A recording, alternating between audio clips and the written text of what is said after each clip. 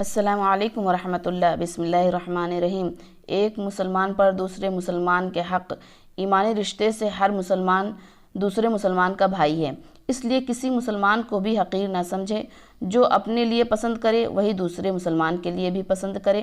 ضروری یہ نہ تو خود اس پر کوئی ظلم کرے اور نہ دوسروں کو ظلم کرنے دے، اس کی پردہ پوشی کرے، یعنی اس کے عیبوں کو لوگوں میں بیان نہ کرے۔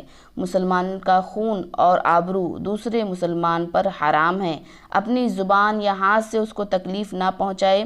ایک حدیث شریف میں ارشاد نبی صلی اللہ علیہ وسلم ہے کہ ایک مسلمان کے دوسرے مسلمان پر 6 حقوق ہیں۔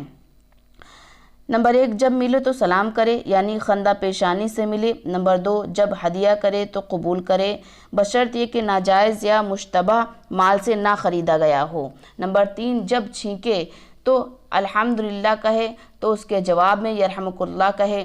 نمبر 4، جب بیمار ہو جائے تو عیادت کرے۔ نمبر 5، بھلائی اور خیر خواہی کا طالب ہو تو اس کی خیر خواہی کرے۔ نمبر 6، مر جائے تو جنازے کے ساتھ جائے، یہ مردوں کے لیے ہے۔ اللہ تعالی ہم سب کو مسلمان کے حقوق کو ادا کرنے والے بنائے۔ السلام علیکم ورحمۃ اللہ۔